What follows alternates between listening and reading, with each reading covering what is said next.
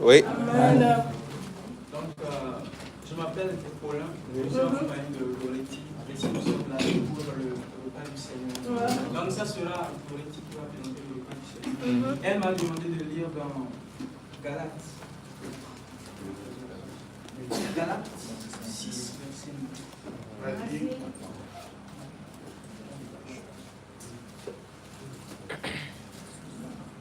Vas-y, Paulin. Donc, Galates 6, verset 9, il est écrit: ne nous lassons pas de faire le bien, car nous moissonnons au temps convenable, si nous ne le lâchons pas. Amen. Bonjour frères et sœurs. Amen. J'espère que vous allez bien. Ouais. Si j'analyse ces passages, je comprends que Dieu connaît la réalité de notre marche. Il sait qu'il arrive souvent des moments où nous sommes fatigués, découragés ou même tentés d'abandonner. C'est pourquoi il nous adresse ces encouragements.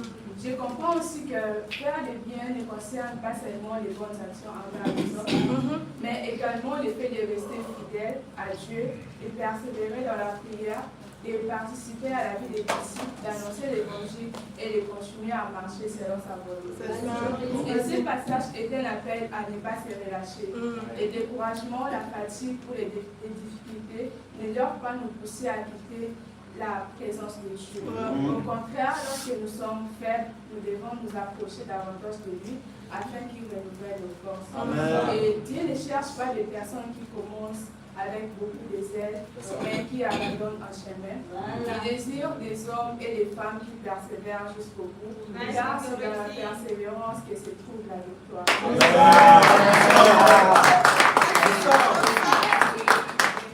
Dans la marche chrétienne, il arrive que certains commencent leur parcours avec beaucoup de joie et de zèle et de détermination aussi.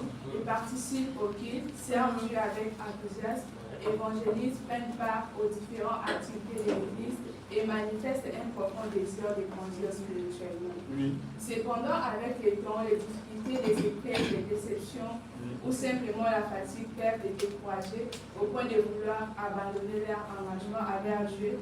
Et c'est dans ce genre de situation que la parole de Dieu nous apporte un encouragement précieux. Je m'appelle Loretti Luchima, je suis étudiante et je passe en deuxième année cette année. Je fais le management fondamental à Super.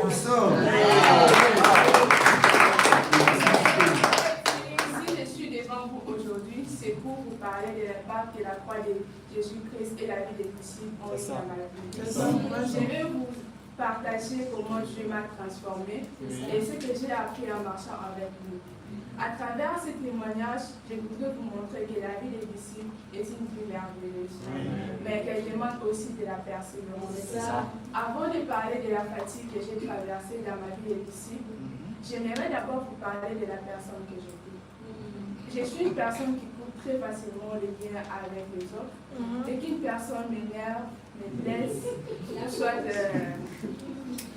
une personne qui est réservée, je m'étais prête à la relation et je décidais de ne plus jamais parler à la personne. Et soit je pouvais bloquer la personne, soit l'archiver, soit je ne devais plus jamais parler à la personne. Pour moi, une fois qu'une personne m'avait fait du mal, c'était terminé. Je ne cherchais pas à dialoguer, à comprendre ou à pardonner, je préférais simplement m'éloigner. Mais depuis que je suis devenue disciple, beaucoup de choses ont changé. Le Seigneur m'apprend à ne plus fuir les difficultés, mais à les affronter avec sagesse. Et aujourd'hui, lorsque j'ai un problème avec quelqu'un, j'essaie d'abord de dialoguer, de comprendre et d'apporter la paix au lieu de couper directement la relation.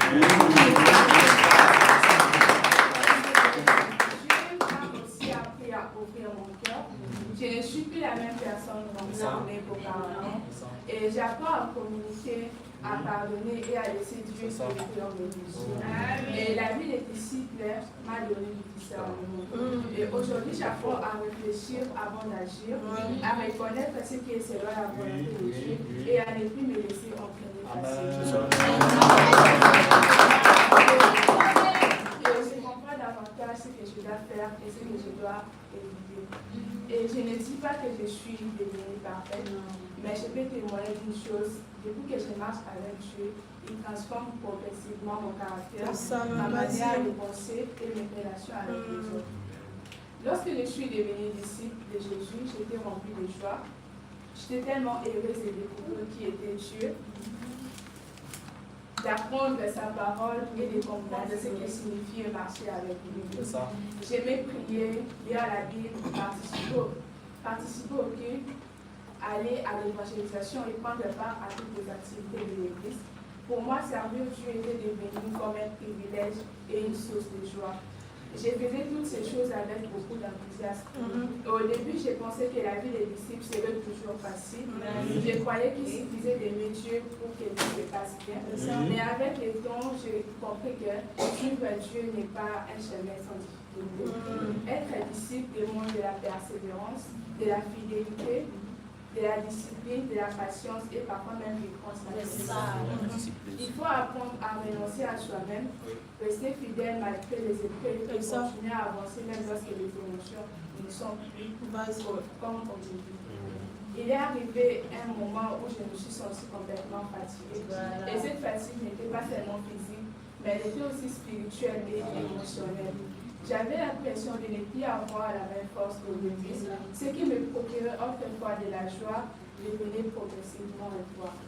Et petit à petit, j'ai commencé à perdre mon enthousiasme, aller à l'église, participer aux formations, m'aider pour venir aux différents programmes de l'église, ou même servir Dieu comme auparavant était devenu un véritable combat. Et j'avais toujours le désir d'aimer Dieu, mais je n'avais plus la force. Chaque activité me demandait un effort énorme et je me sentais de plus en plus découragée. À un certain moment, j'ai commencé à m'éloigner de Dieu sans vraiment m'en rendre compte. Je ne m'intéressais plus aux choses de l'église comme avant. Le fait que j'avais eu au début semblait certainement fait la paix et je me demandais si j'allais pouvoir continuer cette marche.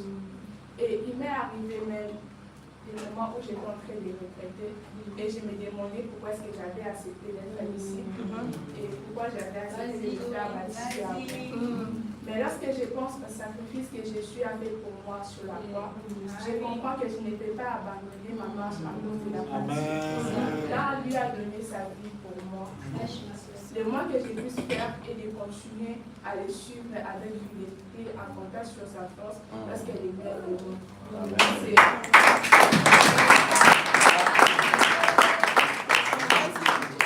ce moment-là que j'ai compris que la vie des disciples ne dépend pas seulement de notre enthousiasme mais de notre capacité à persévérer lorsque la fatigue arrive. Et c'est précisément dans ces moments que Dieu nous appelle à nous appuyer sur lui plutôt que sur nos propres forces. Et aussi la vie des disciples ne m'a pas seulement transformé dans mon caractère, mais elle m'a aussi appris que suivre Jésus n'est pas toujours facile. Il y a eu des périodes où j'étais remplie de joie, où il y a une autre où la fatigue a fait le dessus. Et avant de terminer, j'aimerais vous laisser sur quelques questions. Sommes-nous en train de servir Dieu avec les mêmes aides qu'au premier jour, ou avons-nous laissé la fatigue, les difficultés ou les découragements éteindre notre passion pour lui?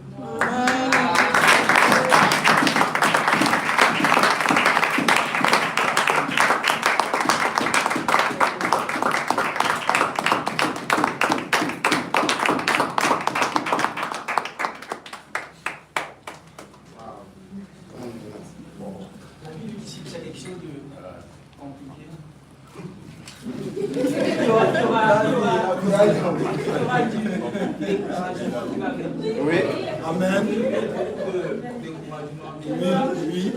Mais Dieu nous dit que ceux qui seront récompensés, c'est ceux qui persévèrent. Amen. Donc, je vous demande tous, persévérons tous ensemble. Oui. Et à la fin, nous verrons. Amen. Amen.